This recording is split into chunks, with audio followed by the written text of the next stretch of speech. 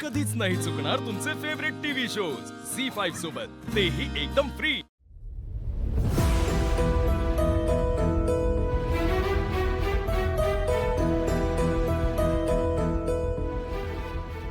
मेहरबानीच म्हणायची, आज तरी वेळेत आलात। आणि बाद झाली ही फुयाजीची नाटकं। बोला आता मनी मावशी सर। तुला काय बाया, इथं कुणी मला बघितलं ना असं तो जोड्याने हनत्याल आणि काय ग रुपाले, अगं जरा तरी चांगल्यावानी बोलत जा ना, सदा नका त्या वाकड्यात कशी ग बोलत असतेस तू? हे बरं आहे तुमचं, सांगितलेलं काम सोडून नको त्या भानगडी करायच्या आणि वरनं मी नीट बोलायची अशी अपेक्षा करायची। वा, आता काय करते तवा? हा अगं त्या दोघांच्यात भांडणं लावायची, तू सांगितलंय ना मला, तेच करते ना मी आता। पण मग ह्या सगळ्यासाठी अमोलचा वापर का करताय तुम्ही? आणि काय मनी मावशी, तुम्ही स्वतःला हुशार म्हणवता ना, मग असा बारक्या पोराचा वापर न करता दाखवा ना त्यांना वेगळं करून। हे बघ रुपाली, आपलं याच्या आधी हे बोलणं झालेलंय, हे मी तुला सांगितलंय ना आता, की आता मी त्या बारक्या पोराच्या नादी लागणार नाही, त्याला कशात घेणार नाही, बोलले ना। वाद झाला आता हा खेळ। तुमच्याकडे आता फक्त 2 दिवस आहेत। काय फक्त 2 दिवस?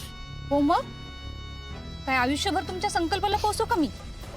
मनी मावशी, पुढच्या 2 दिवसात जर आपण आणि भाऊजी वेगळे झाले नाहीत ना, तर तुमच्या संकल्पाचे उपचार बंद झाले म्हणून समजाच।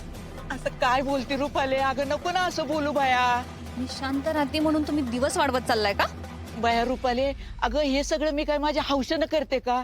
अगं तुला सांगते शपथ ग, मी त्या दोघांच्यात भांडणं लावायचा लई प्रयत्न करते, पण ते बारकं पोरग येतंय आणि परत सगळी मग एकत्र येतात, मग मी काय करू सांग बरं? तुमच्या तोंडात ना अमोलचं नाव काढूच नका, लक्षात ठेवा। फक्त 2 दिवस आहेत तुमच्यात। काय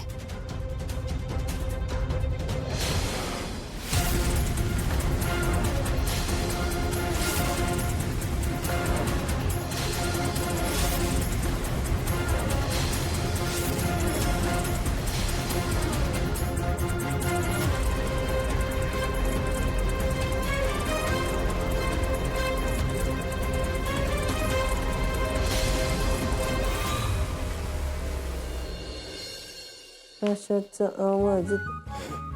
जैन साहेब, जय हिंद साहेब आज तुम्हाला उशीर का हो झाला? ओ तसं नाही विचारत मी, आपलं रॅन्डमली सहज म्हणतोय। बरोबर आहे चिंचुके, तुझं नियम सगळ्यांसाठी सारखाच पाहिजे। आता टिळक रोडला पोर येतात खरेदीला, गाड्या आडव्या तिडव्या लावतात, अडकलो ट्रॅफिक मध्ये। बरं माझ्या वाचून इकडे काढलं नाही ना? साहेब टेन्शन नॉट, अहो तुमचं इथं राईट हँड असताना टेन्शन कशाला घ्यायचंय? सगळी कामं खटाखट संपवल्यात बघा मी। हा जैन सर। जय हिंद सर, या शिवाजीनगरच्या केसच्या डिटेल्स आहेत, फॉर्मॅलिटीज मी पूर्ण केल्यात, तुम्ही एकदा बघता का आणि साईन करा।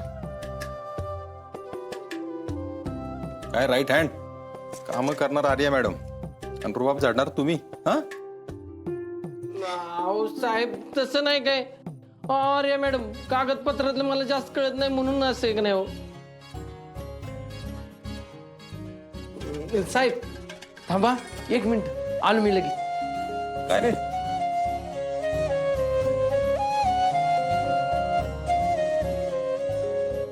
अहो साहेब, आर्या मॅडमने ना तुमच्यासाठी 2 डबा आणल्यात बघा। डब्यात काय आणलंय माहितीये का? गव्हाची लापशी, अहो मिरचीचा ठेचा आणि मेथीची भाजी।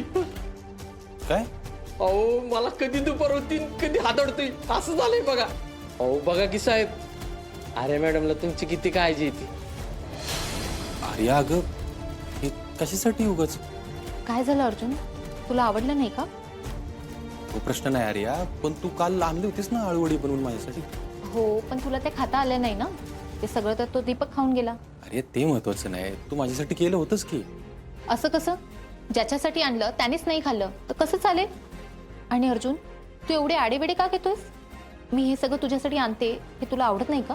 अगं आर्या, आवडलं न आवडलं हा प्रश्नच नाही, पण तुला रोज माझ्यासाठी काहीतरी करावं लागतं, त्यामुळे तुला त्रास होतोय असं वाटेल ना मला। अहो साहेब त्यात त्रास कसला?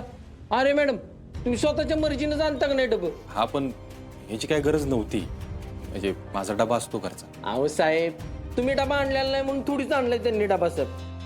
अहो आपण बनवलेले 2 घास आपल्या माणसाने खावे एवढंच त्यांना वाटतं। अमोलने तू आणि आर्या जवळ येत आहेत की काय याचं टेन्शन घेतलं होतं। आपण काय बघतो याचा विचार आपणही केला पाहिजे ना अर्जुन।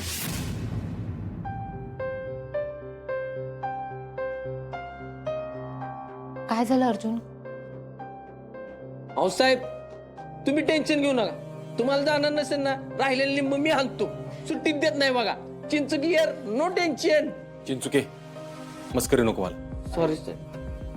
अरे आतमध्ये ये, मला जरा बोलायचं तुझ्याशी. हो सर.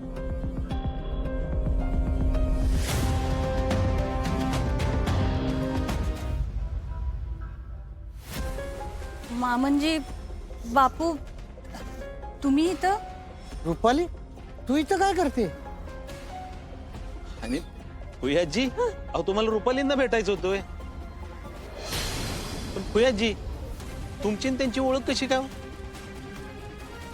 नाही ते ना हो, काही काय बोलताय बापू? ओळख कशी असणार आमची? हे मला म्हणाले की अपर्णाच्या घरी कोणीतरी नवीन आजी आलेत कामाला, म्हणून मग मीच मोनाला फोन केला आणि त्या आजींना इकडे बोलवून घेतलं. हा डबा.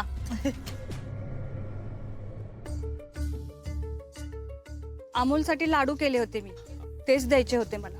रुपाली, तुला अमोलला भेटायचं होतं तर घरी यायचं ना सरळ. मामनजी, अहो हे मला म्हणाले की तुम्ही आम्हाला घरी यायला मनाई केली, म्हणून तर त्या आजींना इकडे बोलवून घेतलं ना मी. अगं रुपाली, तुला, स्वप्नीलला, अमोलला भेटायला मी कशा पाहिजे नाही म्हणी ना. जाऊ दे ना मामनजी, तसंही मी तिकडे आले असते तर ते कोणालाच आवडलं नसतं, म्हणून तर ह्या आजींना बोलवून घेतलं ना. हे बघ रुपाली, अगं घर सगळ्यांचंच आहे आणि तुझ्या येण्यामुळं आप्पीच्या आणि अर्जुनच्या नवीन सुरू झालेल्या आयुष्यात कुठलीच आडकाठी येऊ नये एवढंच म्हणायचं होतं मला. आणि रुपाली, अहो तुम्ही नका काळजी करू, सगळं व्यवस्थित होईल लवकरच.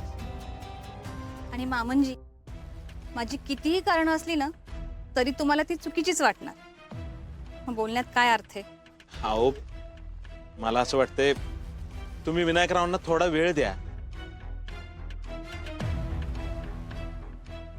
फुयाजी, हा डबा ठेवा तुम्ही. ठेवा. रुपाली, अगं तू आम्हाला समजून घेशील अशी अपेक्षा ठेवतो मी. मामनजी, अहो आज नाही, गेली 7 वर्ष झालं मी सगळ्यांना समजूनच घेते. निघते मी.